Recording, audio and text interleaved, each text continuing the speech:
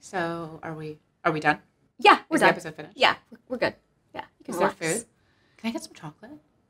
Yeah, sure. You can have some chocolate. Because you said I can get some chocolate. Yeah, of You said course. if I Help came here, I yourself. would get some Have chocolate. however much chocolate you I want. mean, what kind of, is it artisanal and Of seasonal? course. Is it organic? It's local. It's Cho. Discover the real flavors of chocolate. I don't understand why it won't open. Well, would you like me to help you? I got it. Okay. Because I'm an engineer. I was able to open it because I'm a femgineer. Yes.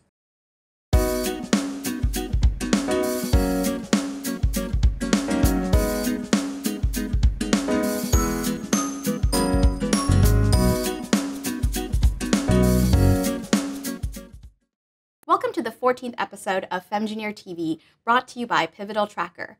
I'm your host, Poornima Vijayashanker, the founder of Femgineer. In this show, I host tech innovators, and together we debunk myths and misconceptions when it comes to building tech products and companies. If you've ever wondered how people juggle multiple roles and create an authentic leadership style, then you're in for a real treat. In today's episode, I've invited Lily Seraphin, who is the CEO of HomeCare. Lily began her career at HomeCare when it was just a startup, and she's been very instrumental in its growth and eventual acquisition. But that's not all. Lily is also very active in the tech community as a startup mentor, advisor, and investor. And when she's not involved in startups, she's also involved with a number of nonprofits, holds a political office, and avidly travels. So I don't know about you, but I'm really curious to hear how she does all of this while still having a smile on her face. Thank you so much for having me here, Poornima. Well, Yeah. you always have a smile on your face as well, so we're in good company. Yeah, thanks so much. So we've been friends for a long time now, since like maybe 2006, and I've just enjoyed, seeing you blossom as a leader. But I want to go way back to the beginning when you had just graduated from Stanford and you had started to work at HomeCare. Maybe we can talk about first, what HomeCare is, and then your initial role. Definitely. So when I graduated from Stanford, I had the opportunity at the university to do a co-term degree. So I did undergrad in science, technology, and society, and I did a graduate program in management science and engineering. Afterwards, I was interested in so many different eclectic things when I was at the university that it wasn't clear what path I was going to take, but I did think I was eventually going to be the technology policy advisor to the president. And for that, I figured the next step was to go to law school. So I applied to law school and I got in. And that was when I took my first strategic risk and I deferred for 1 year. In that 1 year, I decided, it's a very short opportunity where I can explore one of the passions that I didn't have the opportunity to while in college. And that's when I met two clinical psychologists who are starting to provide home care services to the Palo Alto, California community really close to the campus. And so since it was only going to be about a year, I figured this isn't too much of a risk. What if I joined them and worked to try to build a company before I go back to law school? And suffice it to say that after the first year and the second year and the third year, the company experienced such explosive growth that by the time my LSATs expired, I didn't, in fact, go back to school. And that's kind of how the journey began. That's awesome. Yeah, I had not quite the same experience, but was definitely lured into startup land and didn't go on to do a graduate degree because of it. Now, tell us a little bit more about HomeCare. What exactly do you guys do? And how have you grown over the years? Sure, and I'll use the acronym for simplicity, HCA. Yeah. We're the largest consumer health company in aging services today. At the end of the day, we're a consumer service. Technology is the backbone of our company, but the end service is that we're allowing seniors to live independently at home and not have to be institutionalized by sending healthcare into the home.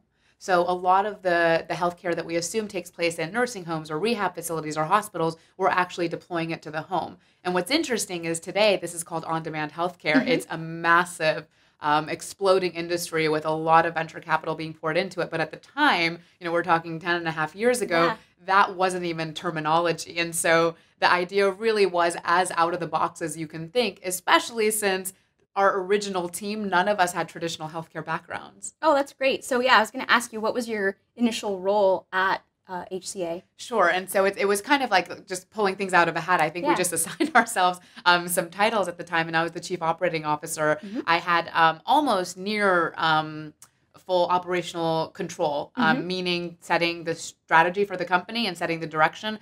as a 21 or 22-year-old, Yeah. I was able to do that. And now thinking back, I can't believe the opportunity I was given to do that. But my role included signing retail contracts, hiring our initial field employees, setting up our corporate intranet, any number of things that you can imagine. I really had to be a jack of all trades because when you're that small, you don't have Right. the infrastructure to necessarily specialize. But of course, that changed over time. Yeah. And I mean, given that you were 22, most COOs, we think of Cheryl and so on, are much older. So were you ever concerned that, oh, I'm only 22, I don't have as much experience, how am I going to get all this stuff done? How am I going to learn how to grow this company? So the truth is that I didn't, and I Yeah. should have probably. Okay, Now looking good. back, I wonder where the confidence came from Good. to do this. And I think that, with almost anything in life, you can grow into it. And I definitely had the chance to do that. And in fact, I really sometimes felt like I was playing a role. Like I'm not actually leading a company. I'm just playing the role of doing so. Until a few years pass and we're generating, tens of millions of dollars of revenue. And I'm like, no, like this is a real thing. Yeah. And I think for me, the switch happened when the LSATs expired. And I realized this isn't just a temporary thing anymore. We're going to go all the way. We're going to be the dominant player. We're going to be the industry champion. And I think that's when I really came into the role. I didn't have any concerns about myself, but certainly I met with people where it was a red flag. Yeah. Here's someone who wasn't born in the U.S., who's a woman, who's young. I mean, all the, the attributes that you can Sure. imagine that someone can shortchange you for. But I always use that as an opportunity. If someone doesn't expect much of you, it's very easy to fill that gap, right? Yeah. It's very easy to fill the delta when you open your mouth and you say something and they realize that you can, in fact, generate value. And so it was also nice to be able to play that role. Nice. And your role has changed a lot over the last 10 years. So tell us a little bit about how that's happened. Yeah. So we were a very small team. Now we have about 500 management level team members Wow. across 150 global markets. We have 6,500 or so field employees. And so the role has really transformed, and I've transformed with it. I would say that probably the primary difference in what I did 10 and a half years ago versus today is that I operate at a much higher level. I had to learn to let go. I had to learn to delegate. And one of the things that really became valuable for me is realizing that even if I imagine that someone could do something 80% as well as I could, by freeing up 100% of my time, I could focus on higher level functions that maybe no one else is equipped to do because they don't have, the vision for what this company could be. And then what was interesting and what I learned is that that individual didn't do things 80% as well as I could. They ended up doing them 150%. Oh, awesome. Yeah. Because now this is their single task, whereas I was really spreading myself thin across a lot of functions. And so, just starting small, letting go of billing and payroll, letting go of the retail offices, letting go of employee training. I mean, slowly that happened until today. I'm sort of really working on our global expansion, working on strategic high-level hires. So I guess that's a little bit about the transformation of the role. Nice. So during that 10-year period, you've done a lot. I mean, you've been doing a lot of the work, and then you started delegating. How did you, in that span of time, cultivate your leadership style? I think, and I don't remember exactly when it happened, but there was a time that I almost had an internal conversation with myself. And I said, authenticity is really going to be important to me. I will not operate in silos where this is how I am when I go to work and this is how I am when I go to all of my many other roles and functions, some of which you alluded to earlier. And so once I realized that I wanted my team to be fully aware of everything I was passionate about, it kind of eliminated all of those circling thoughts of now I'm playing this role, now I'm at work. And I think that really helped. And it helps people to work with you and to align with you when they understand the whole picture and not just the vision for the company. So some of the things that I did that I helped cultivate, that I believe helped cultivate the style, is being really open and honest and transparent about what's going on with the company and also what's going on with me. I mean, I had a health scare a year ago, and it's not something that I kept independent because it affected, my ability to work during that time. And so, just being really open with people, and that's my style in general. I can't imagine that everyone has to, operate within the same formula, but that's something that was really important to me. Another thing that I would share is I think starting high school, most people in this country end up taking a personality test at some point. And when I took mine, back in high school, and it's been the same on the MBTI, it's the ENTJ. And so when I read the description, it's like, this person is just a born leader. Okay. And so what I could have done in reading that is just imagine, like, I'm done. I have the leadership personality. But what I came to find is having a leadership-oriented personality is very different from being an effective leader. Okay, And in fact, all the leaders that I admire in the world are introverts. And so it's kind of amazing that it's not about just following like your personality. Mm-hmm. It's about figuring out how you can inspire others to follow a vision. And that takes time and that takes energy. And also it takes a lot of good luck. Right now, our industry is hot. It's exciting. Everyone wants to transform healthcare. John Doerr said the smartest people he know are working in healthcare. And so it's very bizarre because that's not the environment we started in. Yeah. It's a lot easier to recruit and inspire people today than it was early on, for sure. And you've also been very instrumental, not only in the growth, but the recent acquisition. So tell us, how that came about and how are you going to lead the company going forward? Definitely. And so we were very fortunate a few months ago to have a real milestone event for the company, and where, our previous investors were able to see, their healthy return. And as a company, we were able to have the resources to move to the next chapter. And so it was a grueling process, primarily because you're always looking for the partner that's going to help you get to the next level. And it's not just about numbers. It's not just about a term sheet. Like, this level of investment and change is really going to propel the company in some direction, and hopefully a good one. And so for me, what was most important is finding people and finding partners that believed in the vision, but could also make contributions that we either don't have the infrastructure or the know-how to do. And so that process is not too different from raising seed funding or interviewing, a high-level recruit. I mean, it's all about finding a good match. And I'd say that the number one metric that I used is figuring out how risk averse a partner would be, because we're dealing with a regulatory industry. The landscape is changing, and it wasn't going to be healthy for the company to work with someone that wanted to put in a lot of constraints or wanted to be risk averse. And so finding that right balance and finding that right partner who understood, the on-demand space, who understood the healthcare space and wanted us to chart a new path, that was going to be critical. And I led the process. Pretty much, myself and one other team member. And so it was a huge learning experience for me, because there does come a time when you're running a company that everything kind of happens like clockwork. You sort of understand. This was a huge pivot for me, because I'm not just spending my time operating a company. I'm spending my time trying to find, the partners and resources to take us to the next level. And I'm so happy with the outcome. Yeah. So there were probably a lot of times where you were saying no, or somebody was saying no to you. How did you handle that process and kind of keep your head in the game? Yeah, and I don't know if I handled it all too well. I hope I did. And I think probably the things that I kept in mind is that this is not to do with ego, and it's not to do with me. If it's not going to be the right partnership, that has to do with philosophies on both sides. Right. And they don't always have to match. Two people on this earth aren't always going to agree. Yeah. And I actually enjoyed that. I learned a lot from those experiences where something wasn't going to work out. And I feel like as long as those quote unquote failures help you reach a positive outcome, then you can't call them failures at all. Yeah. Well, that's great. So you've kind of come full circle now with HomeCare.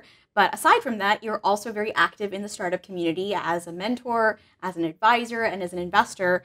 How do you find the time to focus your roles on HomeCare versus doing that sort of stuff? Sure. Well, I think we're all very fortunate to live in an area where there isn't a traditional time clock. It's not about 9 to 5 is work and the rest of the time is something else. I kind of consider my 24-hour period to be very fluid. And so sometimes I'm doing mentorship activities in the morning and I'm working on HCA stuff well into the night. And so I think not having sort of rigid structure in the day helps me to figure out at what point I need to prioritize one thing versus another. When we were, running the transaction, my focus was like 150% on HCA. Yeah. And when times are, a little bit easier, I can focus on some of the other activities. At this point, I've been involved with, more than 25 companies at some level. And I'd say that the thing that really helps me manage my time is leveraging experiences for other experiences. So instead of reinventing the wheel, if I learn something through an experience with one company, I try as quickly as possible to apply it to every other applicable case. And I think in that way, we can kind of scale our energy by not operating with, here and then starting over and resetting, just kind of taking what we've learned globally and universally and applying it to every other arena where we're involved, whether it's nonprofits, investments, running a company, etc. Yeah, so it ends up becoming a very similar problem, or True. the solution becomes Yep. applicable in all those instances. So it's not like this nonprofit is operating so dramatically different from your Correct. startup or from your own company. They might be Yeah. at different levels. It's true. And I think the mindset,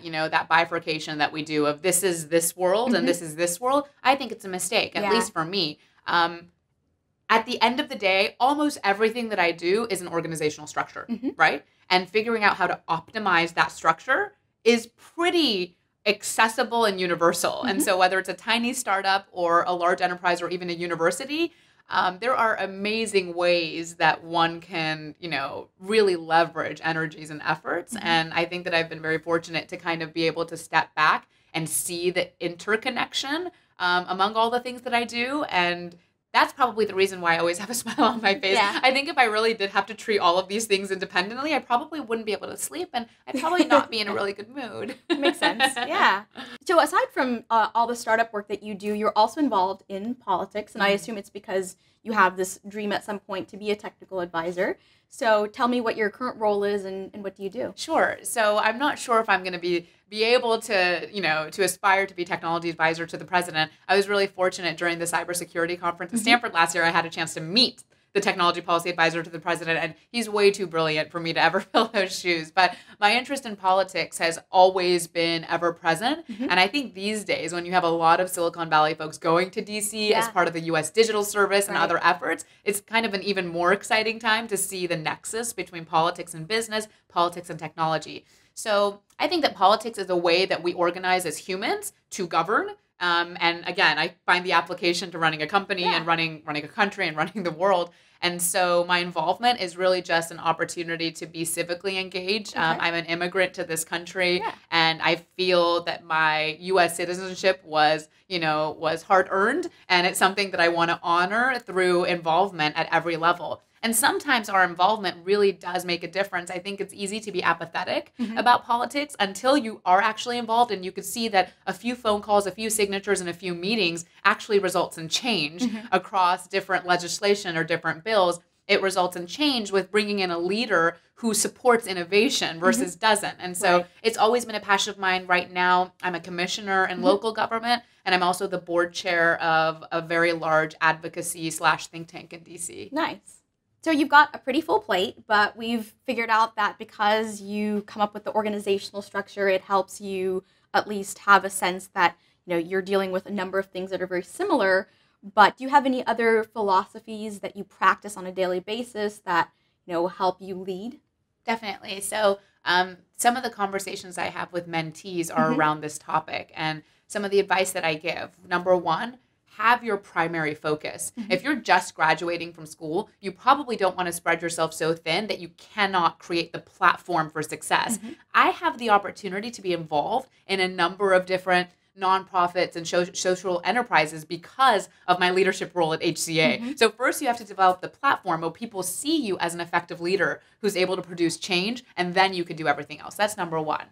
The next thing I would say is, again, find the opportunities to leverage one experience for another. I think people assume when they see, an individual involved with many different efforts that they must have been like independent efforts to try to get there. But in fact, when you create a large network of people and they can see the value that you bring to one enterprise, those are the individuals who are going to invite you to be involved with others. And so, I will sometimes get a question like, I would like to serve on that board. How do I do that? And it's not that transactional.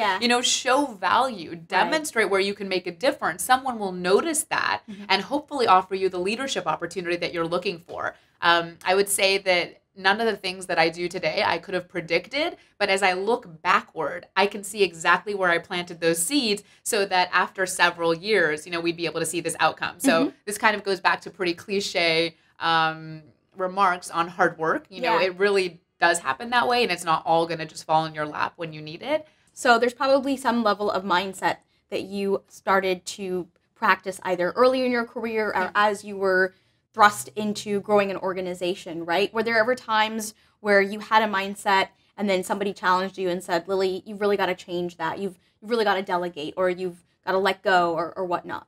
So I think that sometimes when, you hear people talk about the best advice they ever received, it's advice that they received and then decided to implement. And for me, it was actually the opposite. Okay, good. The best advice I ever received is when I had an older gentleman who shall not be named, who came and said, Lily, you can't chase two rabbits at once. And I kind of heard that and I stepped back and I said that I would think about it and that I would consider it. And so I went home and I thought about it deeply and I realized, why are we using these old expressions / proverbs / idioms to dictate our lives? We're all different. We all have a different capacity. We all have different energy levels. Right. And if I can chase two rabbits at once, like, who are you to tell me, right? And of course, I mean, you might want to chase the big rabbit first and then find the opportunity to bring them in. But look at the world in which we live where, Elon Musk is transforming multiple industries in parallel. Like, we do have these people who are creating the alternative blueprint that we can follow. And so sometimes the best advice that you receive isn't what you're supposed to actually implement, but what you're supposed to consider deeply and then figure out if it does or doesn't apply to your life. Yeah, that's a good way to distill feedback, and it's the rebirth of the Renaissance person. It's true. It's true. And another thing that I would say is it's really important that you're surrounded by people who are different from you. And I think sometimes our instinct as humans is to gravitate toward like-minded people. And there's no way we would have the level of healthy debate and tension in our organization if we didn't have a lot of differing perspectives. Same values, everyone is aligned toward a goal, but really, really different. And I enjoy that. I don't want people to acquiesce to one position. At the end, you have to. But in the process, you're going to iterate many, many times to get there. And one thing that I always say to sort of teams that are hiring is if two people are exactly the same, one of them is unnecessary. So consider that. That makes sense, especially with co-founders. Yes, exactly. Now, are there ever times where you feel like I have too much on my plate? And, there's a feeling of overwhelm or I've just bitten off more than I can chew. How do I juggle all this? Yeah, most definitely. I think that feeling of being overwhelmed really came to a head when for personal reasons, I couldn't devote time or energy to almost anything for 2 weeks. And I've always lived my life, with quite a bit of energy and I didn't have to operate in structure. But what was amazing is learning that I'm surrounded both professionally and personally by amazing people who really can step in. And so learning how to delegate, not just at work, but in your life is also going to be really important. And I would also say that we always talk about a board of directors for our company. And I think it's also important to have a board of directors for your life. Yeah. And in those moments of crisis or change or where you're at a crossroads, being able to turn to a group of people who've each known you in different capacities, but who you really trust, that's what's going to help you sort of figure out how to get through that period of feeling overwhelmed or that feeling of crisis. And so I've really relied on some really amazing people in my life. And what I talk to new entrepreneurs about is, in addition to the directors for your company, figure out who you're going to turn to when you have questions about life in general. Yeah. All right. So last question for you, Lily. For our viewers out there who want to do more, both professionally and in their community, what's one piece of advice that you want them to walk away with?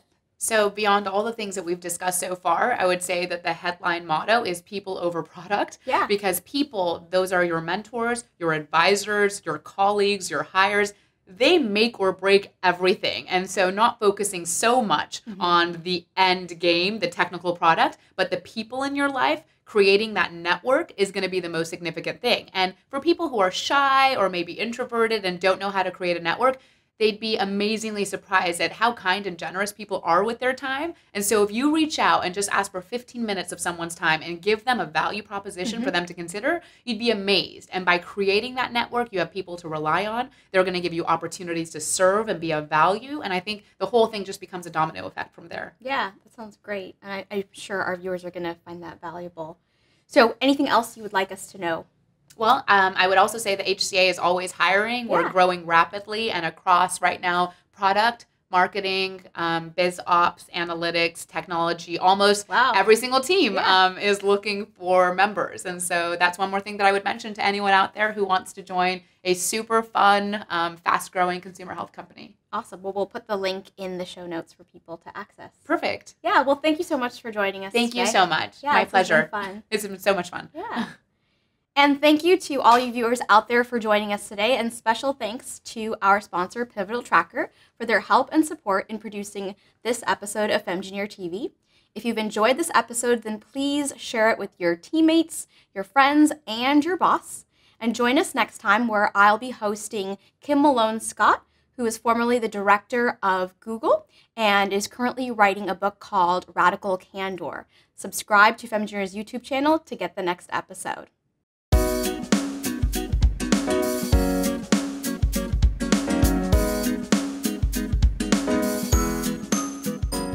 This episode of FemEngineer TV is brought to you by Pivotal Tracker. Build better software faster. Learn to speak confidently and catapult your career with FemEngineer's Confident Communicator course. This is a live, interactive online course that takes your communication skills to the next level. The course begins May 2nd, 2016, and is only taught once a year. Registration ends Friday, April 29th. To learn more about the course, visit femengineer.com/confident-communicator-course.